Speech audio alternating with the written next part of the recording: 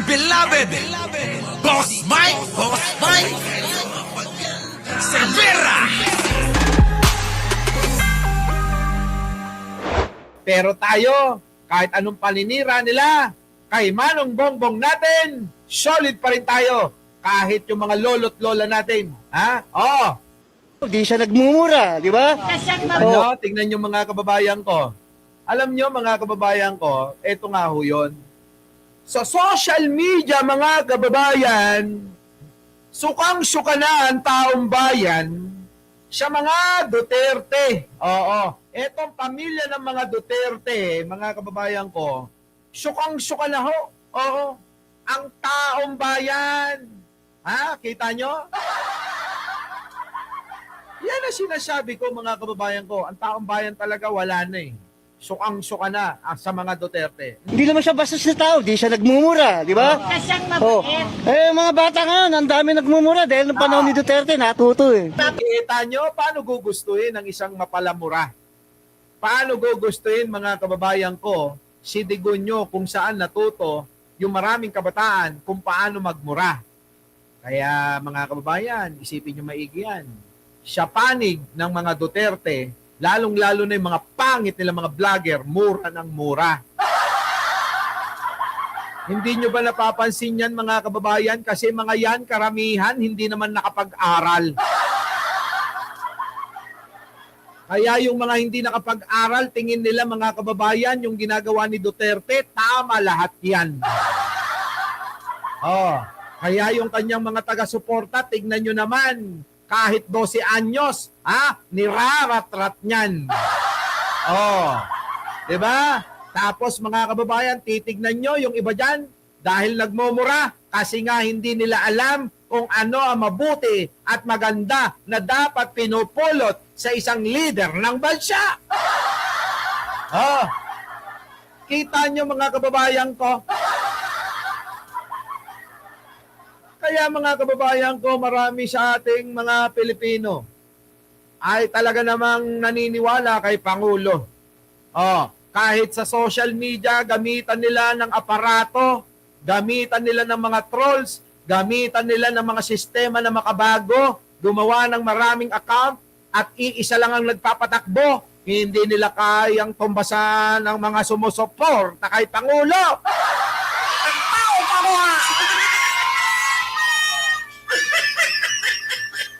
Kaya, libayan, nakita mo yung banat ko? Sabihin mo sa aso mo, sa mga aso mo, kailangan gayahin ako. Kasi yung mga pagbablog nila, naku, napakalungkot, parang Biyernes Santo. Tignan mo, pati ikaw, nahawa na, no? Pero nung dating bati-bati tayo, kita mo naman yung mukha mo, panay ngiti at tawa. Ano? Yan ang kaibahan kapag pinagpalit mo ang isang Mike Cervera sa mga walang kwentang tao.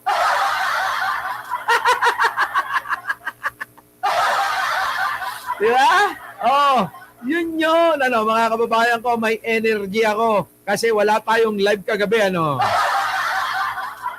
Kaya etong energy ko na to, abangan nyo sa Radyo Pilipinas. Mamaya may bisita tayo. Anyway, eto na.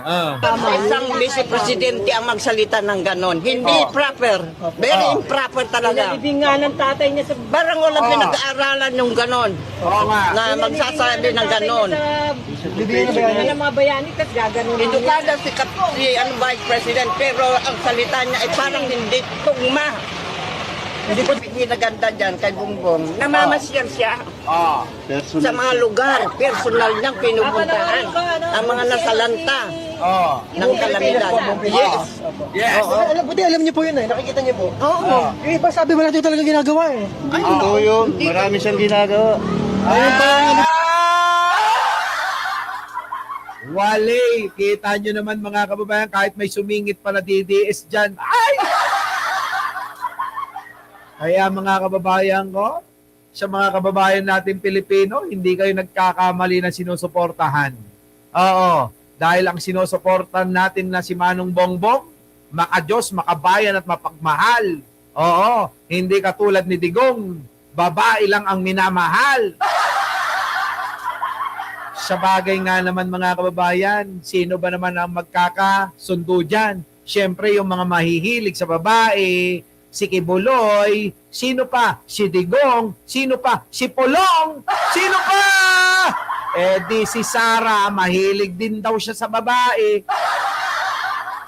Kaya ang tropa na ito mga kababayan ko, kahit babae, kahit lalaki, kahit bakla, nako mga kababayan ko, puro mahihilig sa kipay eh. Mga kababayan ko. Ayan, no? Duterte, wala siyang ginawa kundi mag-lockdown, kaya naghihirap ang taong bayan eh. Lockdown dito, lockdown doon. O, di ba? Dapat ang nilalockdown nila, kung saan talaga may COVID, yun ang nilalockdown nila eh. Eh, nung naupo siya, Kita nyo? Nakita nyo mga kababayan ko, yung mga tao, alam nila, siguro nanonood sa atin si Kuya, no? Yung bang lagi nating sinasabi noon na itong si Digong, lockdown ng lockdown.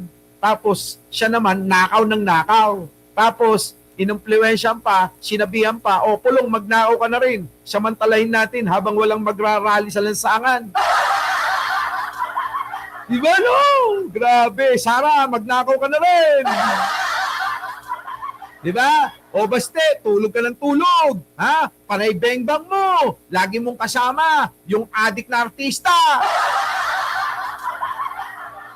Kaya alam nyo mga kababayan ko, ako kung meron man ang pinakakonte ang pera dyan sa magkakapatid na yan, si Bastian. Bakit?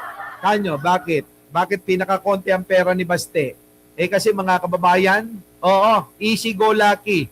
Panay bengbang sa mga adik na babae. Diba? Nakita nyo naman siguro yung babae na si Ellen Adarna nung magkasama sila. Putik na yan, mga kababayan, yung mga itsura. Hindi mo malaman kung katatapos lang nila. Anong katatapos, Boss Mike? Anong ibig sabihin ng katatapos lang? Hindi ko tinutukoy ang bengbang. Parang katatapos lang nilang lumanghap ng pinagbabawal na usok o baka naman lumango ng mga kung anong mga droga dyan. Ano? Yung mga itsura kakaiba. Para sabi ni Ellen Adarna, tapos si Bastek, mga gano'n, no? September sigarilyo.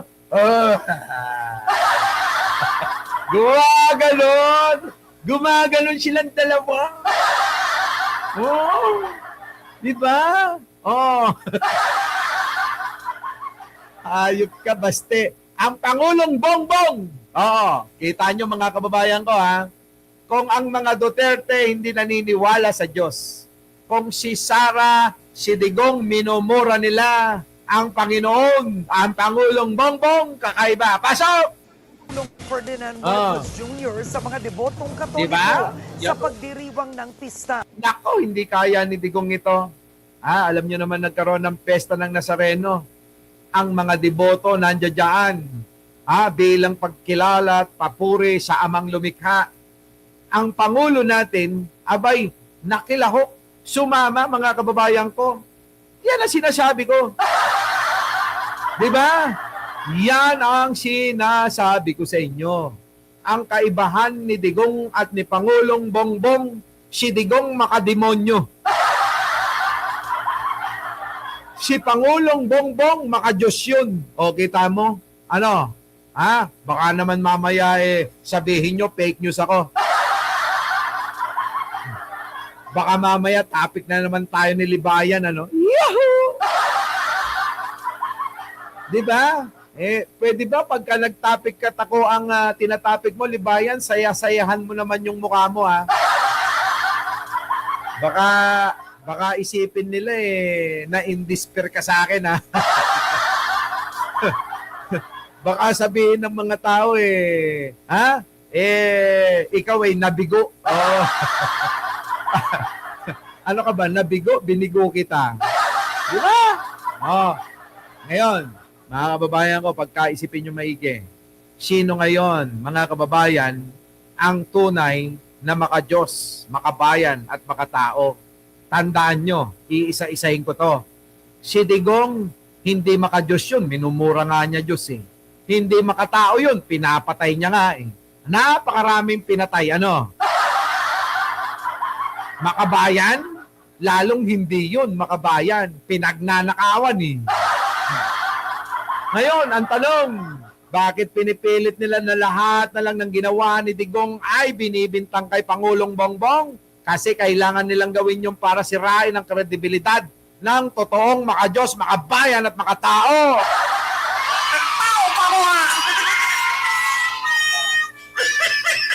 Diba? Yun yun! Putik na yan, pag-uusapan, makadiyos, makabayan, makatao. Ang mga Duterte, wala nun!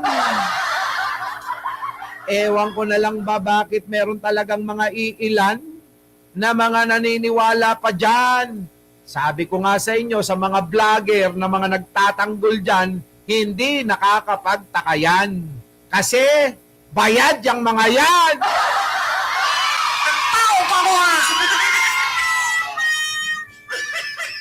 Diba? Pero mga kababayan ko, dito kay Pangulo, narinig nyo, etong balita na ito ay magpapatunay na ang Pangulo, makadiyos, makabayan at makatao. Eto, pakinggan nyo. ng Poong Jesus Nazareno ngayong Nako. Biyernes. Hinimok niya ang mga Pilipino na hayaan ang kanilang debosyon na magsilbing gabay sa kanilang pamumuhay at Tanyo? pagtulong sa kapwa. Kita nyo mga kababayan ko maging gabay sa pamumuhay nating mga Pilipino, ang pagdiriwang at pagkilala sa Poong Nazareno. Mga kababayan ko, kabaliktarang kay Digong, sasabihin nun, ano ba yan, Diyos nyo? O, di ba? O, naniniwala kayo dyan?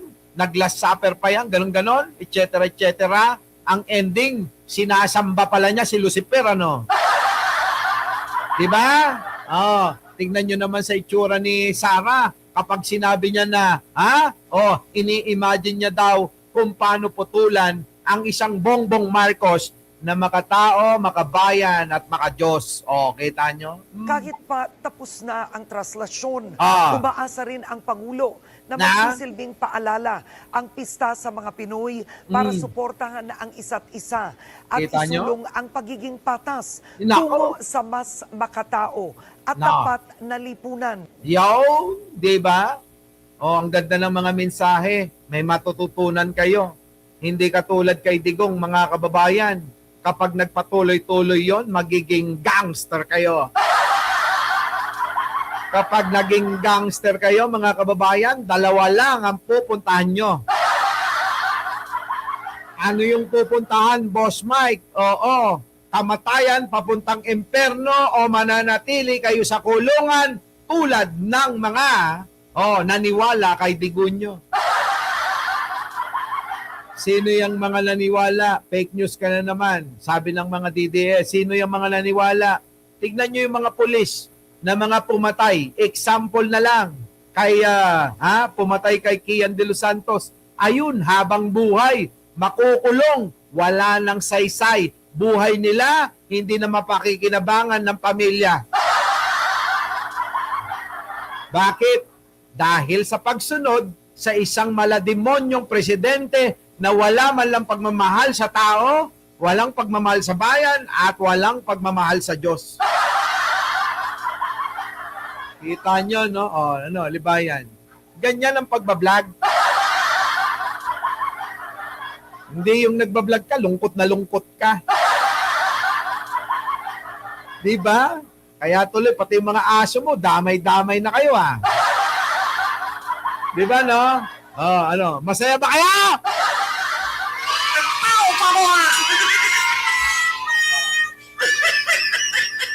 Sa lahat ng masaya rito, press 1!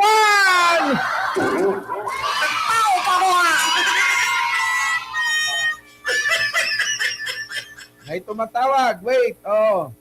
Hello? Sino po ito?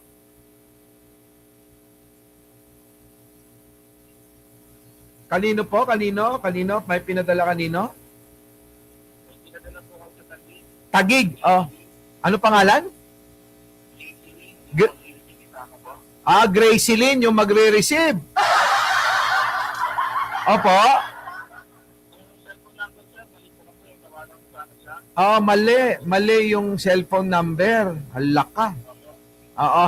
Sige, ano ba yan? Ang dami kasi niyan eh. Hanapin ko pa. Ang dami niyan eh. Mga pinadalan.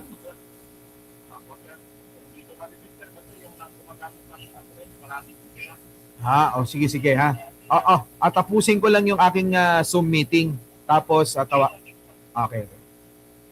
Eto na, sinasabi ko sa inyo. Kayo nakakainis kayo eh. Magbibigay kayo ng pangalan, mali-mali. Magbibigay kayo ng address, mali-mali. Magbibigay kayo ng phone number, mali-mali. Ayoko na magbigay ng regalo. Ang tao pa ko ha! Diba?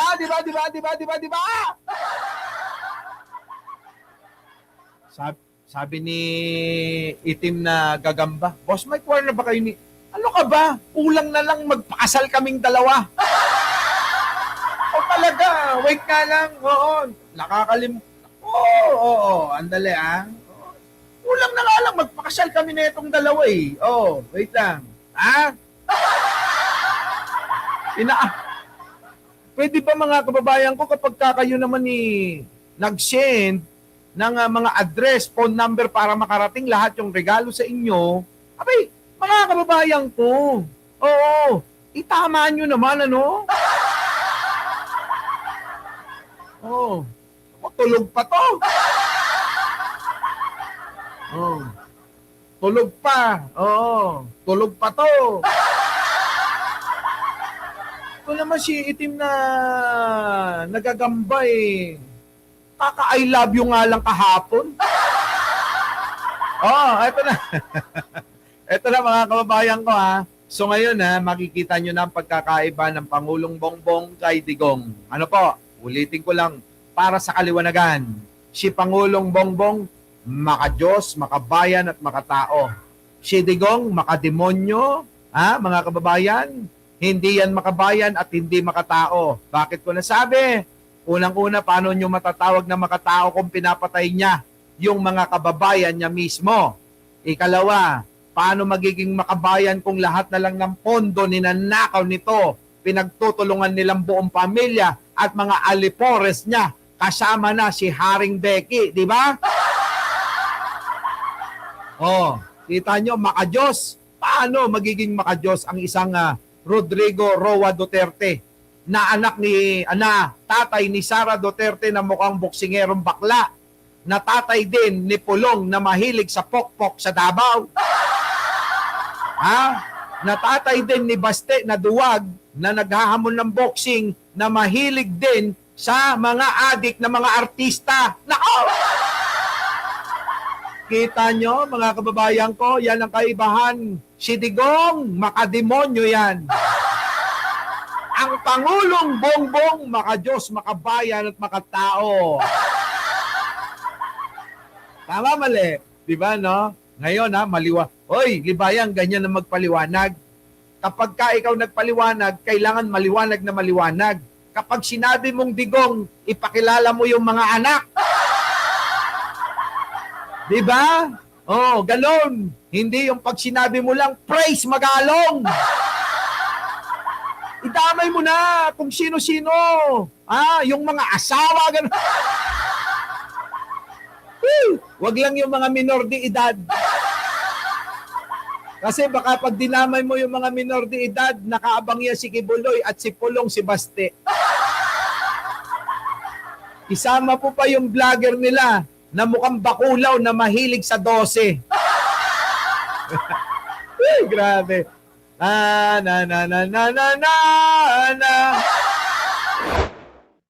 Our beloved Boss Mike